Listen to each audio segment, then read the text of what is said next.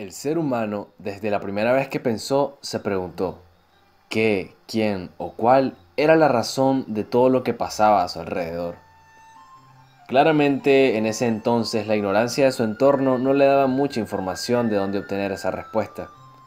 Él solo miraba las plantas, los animales, las montañas, el sol, la lluvia, las estrellas, la naturaleza en general, la cual tenía un origen totalmente desconocido para él.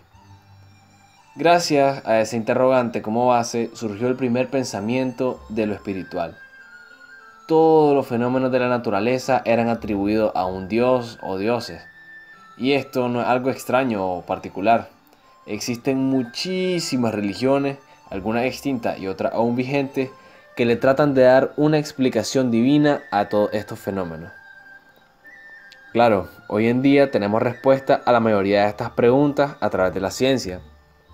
Sabemos, por ejemplo, que la lluvia se forma a través del ciclo del agua, que cuando el agua se evapora se convierte en gas y bla bla bla bla bla. O el sol. O sea, ¿te puedes imaginar todo lo que le pasaba por la cabeza al ser humano de ese entonces con respecto a lo que podría ser el sol? Claro, vos y yo sabemos que es una bola de gas que está ardiendo a millones de kilómetros de la Tierra.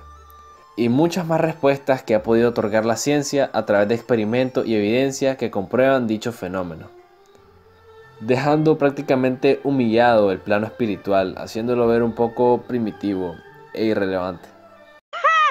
Sin embargo, existen preguntas que ni la ciencia ni la religión han podido responder, como por ejemplo, ¿qué somos? ¿Por qué pensamos? Después de la muerte, ¿qué hay? Aquí es donde se viene el enfrentamiento entre dos grandes corrientes filosóficas, que para entenderlas mejor a cada una de ellas hay que analizar los dos puntos de vista que éstas plantean.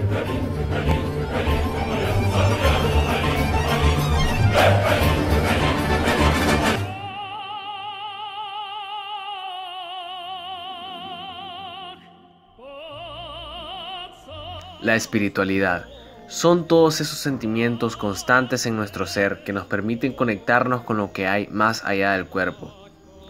El espíritu, el pensamiento y las ideas se muestran como lo primero y lo más importante de la existencia.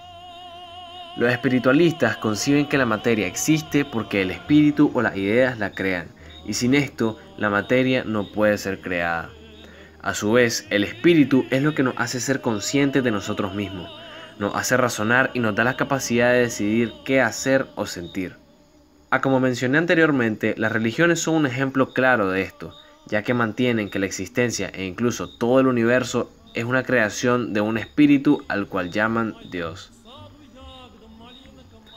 Berkeley, el padre del idealismo subjetivo, afirmaba que la materia era creada por el espíritu, ya que para él dicha materia realmente no existe, solo es una sensación creada por el espíritu. Todos los objetos que percibimos a nuestro alrededor son ideas que solo existen en nuestro pensamiento. Un ejemplo con el cual él trata de reafirmar su postura es la sensación térmica, ya que diferentes personas sienten más frío o calor en un mismo lugar y a una misma temperatura, siendo la sensación del entorno algo determinado por la percepción del espíritu.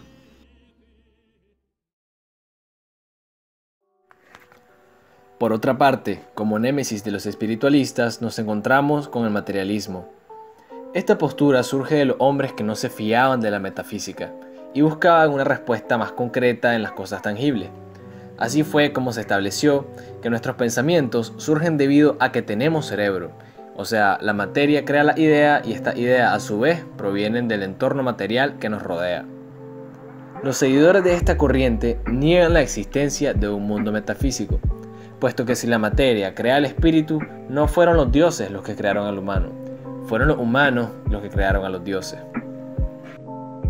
Los materialistas afirman que existen dos tipos de realidad: la subjetiva, que es la realidad que existe en nuestro pensamiento e ideas, y estos pensamientos responden a una realidad objetiva, que es la que existe a nuestro alrededor. Retomando el ejemplo de Berkeley sobre la sensación térmica, para los materialistas, los seres humanos percibimos diferentes temperaturas dependiendo de nuestros sentidos, la composición de nuestro cuerpo, la cantidad de calorías, nuestra salud, etc. Siendo esto la realidad subjetiva. Pero la temperatura en sí es objetiva. La ciencia comprueba cuál es la realidad de la temperatura.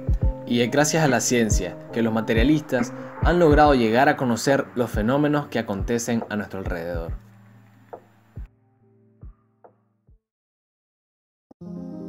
Ambas filosofías son bastante válidas, pero ninguna es más verídica que la otra, pues ninguna de las dos puede ser comprobada al 100%.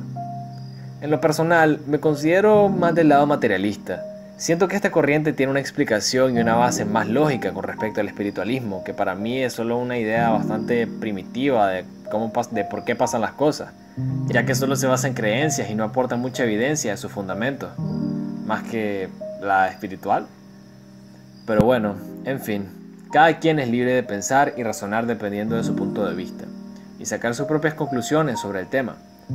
Yo por el momento pienso que puede que en algún futuro lejano la ciencia le dé respuesta a todas esas preguntas sin resolver. O tal vez no, tal vez sí exista algo más allá de la materia. O cualquier cosa, pero bueno, en fin. Eso no lo vamos a saber hasta el día en que muramos.